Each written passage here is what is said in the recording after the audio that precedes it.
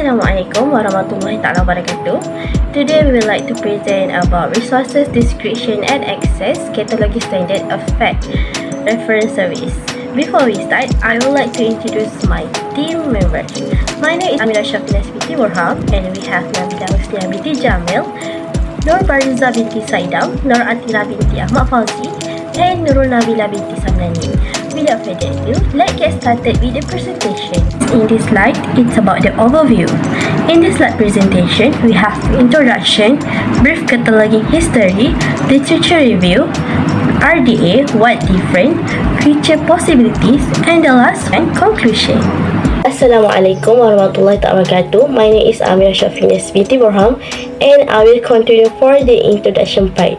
In this introduction, share about the implementation of a cataloging standard, which is resources description and access, or RDA. RDA is a continues to be an important topic for catalogers.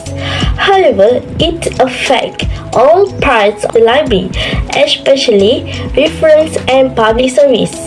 The changes to the cataloging rule will shape how data about library resources are entered, which in turn will influence how people search, find, understand, and navigate the library catalog. A basic understanding of RDA will make it easier to help users find what they want. Other than that, this article also began with an introduction to RDA and brief history about cataloging. This is followed by a review of the literature and a description of major differences between the established cataloging instruction found in the Anglo-American Cataloging Rules, or ASCR 2002, and the new practice outlined in RDA. The article also will conclude with a brief exploration of potential future enhancements made possible by implementation of RDA. Next, for the RDA. RDA is the newest version of cataloging best practice.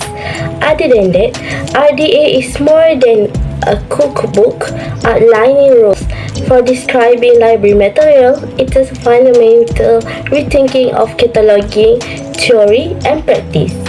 RDA also designed with the user mind, utilizing terminology that makes sense to a broader audience and designed to be more consistent and flexible framework for describing all types of resources, whether to be more physical text-based materials or not. Next, I will continue for the brief history cataloging.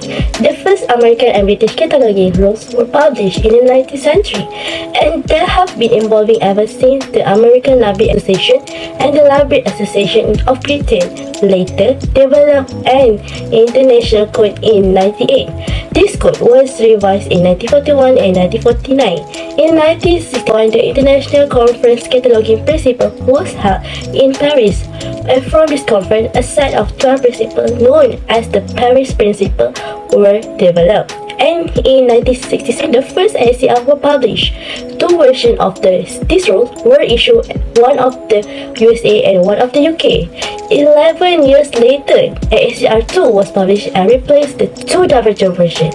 The rules were once again updated in 2002 and 2005. In December 2004, after reviewing feedback, the GIC abandoned work on the revision and shifted focus to developing a new standard called RDA.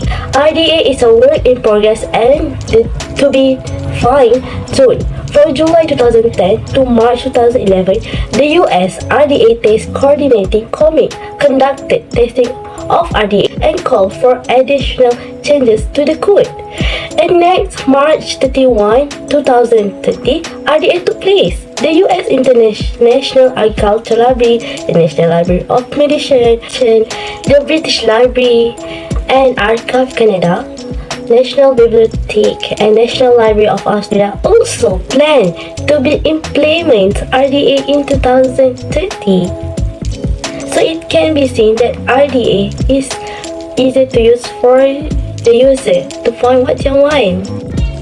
Thank you, Shafeeenaz. So my name is Nur Nabilah and I will continue this presentation on the part literature review.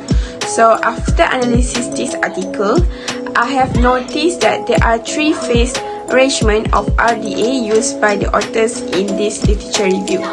So the first phase is the introduce of RDA, where the authors cite three literatures which from 2006 that present on the theoretical background of RDA and FRBR model. The literature explained about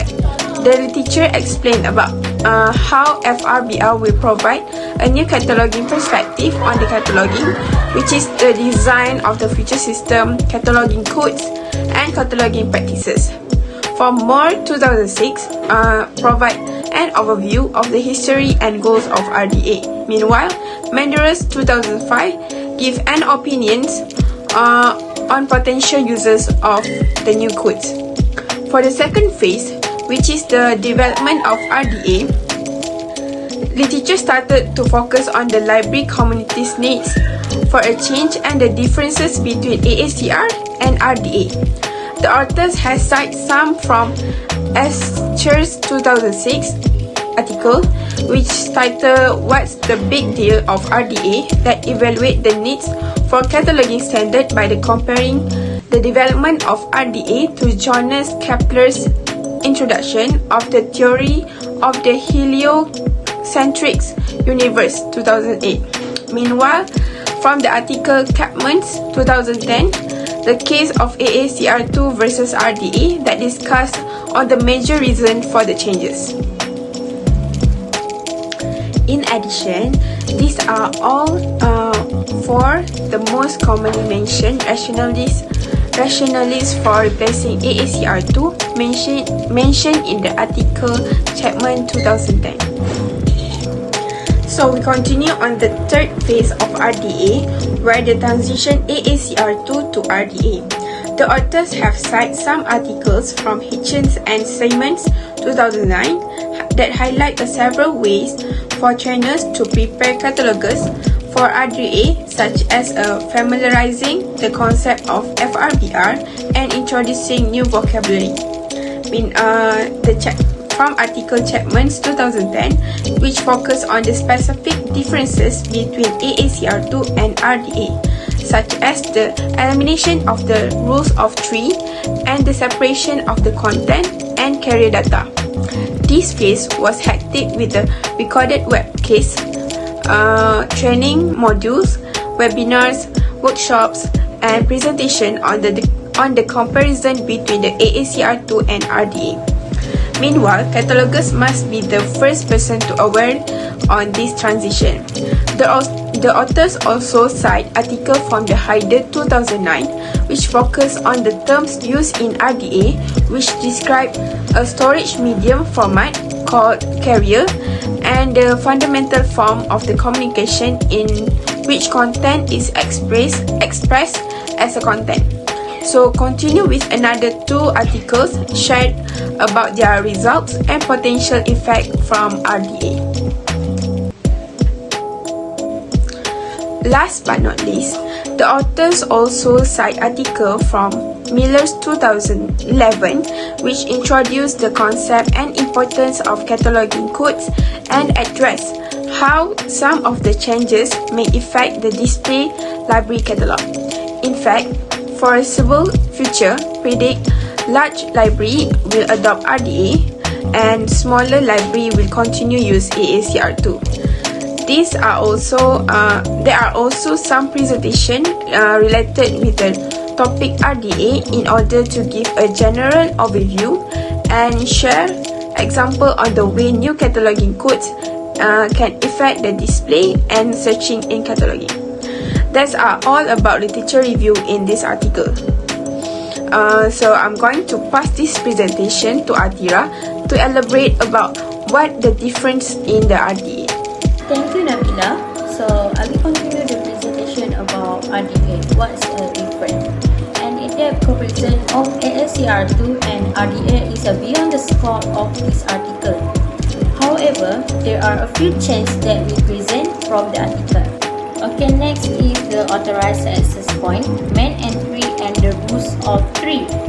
The rules used to determine which type of main entry a cataloger choose were based on the number of individuals responsible for the intellectual content of the resource being catalogued. AMEERA instruct catalogers to use the title as the main entry if there are between 1 or more than 3 authors. The concept of main entry or added entry has been replaced with that of primary access point or additional access point. The number of authors does not determine the primary access point when an author cannot be identified at all. The catalogers is instructed to list the title as the primary access. Rules of 3 for AMEERA 2, it contains clear instruction limiting the number of names that can be recorded when a resource has more than one author. If there are more than 3, then the cataloger is instructed to include the name of the first author followed by set of indexes and the Latin pairs in all. For RDA, it includes the name of all the authors who contribute to the intellectual content. Next is take what you see. Historically, catalogers have been taught the importance of transcribing information directly from the resource in hand. However, there were many exceptions to strict transcription.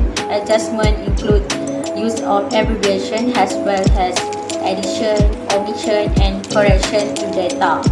For example, with the title page of book this 3rd revision edition, AMEERA 2 instruct catalogers to enter the data in abbreviated form that will read pre-rd.rev.ed.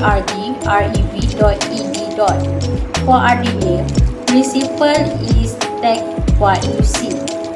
Thus, the edition statement in the example above will be entered exactly as it appears on the title page, 3rd revised edition. Okay, this is the figure of the example catalog display of a corrected title following both AMEERA 2 and RDA guidelines.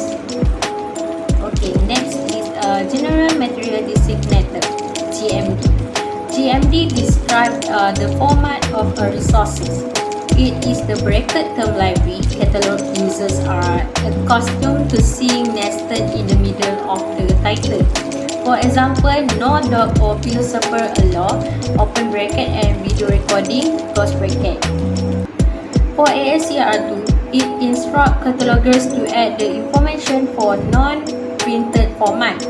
The formats for a streaming video will be described as an electronic resources. For RDA, it no longer support the use of the GMD. It describes using the 3 new field as a 2-dimensional moving image and an online resource that require a computer to view. Okay, that's all for me, Athirah. Thank you. So I will continue for the next part, which is relationships. RDA describes relationships in a structured way that computers can understand, and names of authors and other contributors may be followed by terms describing the role of the persons or organization. The RDA records contains information about the relationships between the contribution and works. For the next part is richer authority records. RDA provides guidelines that apply to the creation of authority records and will affect this much in the same way that RDA affect bibliographic records. And authority records are created to establish a controlled vocabulary or an authorized form of a heading like names, name or title, combinations, uniform titles, and subjects. And authority records help users learn more about authors, provide reference library with a powerful tool for assisting their users, and to greatly expand the search functionality of library catalog in the future. So that's all from me. Thank you. Hi, Assalamualaikum. My name is Nabilah Husniyah. I will continue this presentation with the next point. which is future possibilities. RDA has different changes in catalog records compared to AACR. RDA allows computer technology to make optimal use of bibliographic data, make it more easier to disassemble, reassemble, and share data within the library community and public. A new function can be incorporated into catalogs to find the sources that they want. There are also experiments to take advantage of FRBR, functional requirements for bibliographic records, and RDA, the OLAC moving image discovery interface explores the possibilities of leveraging the FRBR model and faceted search to improve access to moving image materials held by libraries and archives. From the experiment, the OLAC moving image discovery interface presented the user with two levels of views. The top level provides information on works, while the second level is information about expression, which is language option, manifestation, which is format and publication dates, and last is item, which is library holdings. As we can see, here is an example of a website Open Library based heavily on the FRBR model and utilizing RDA. The website provides real-life example of how cataloging guidelines can be used to connect users with individual resources and with more information about works and authors. Thank you to Nabilah Husniyah. So in conclusion part, to sum up everything that have been stated so far, developers are hopeful that RDA will provide a flexible standard that can be used by information communities beyond the library, remove cultural bias to better enable use globally, support the clustering of bibliographic records to show the relationships between resources and their creators to make users more aware of the variety of different editions, translations, and also physical formats, and provide guidance for describing the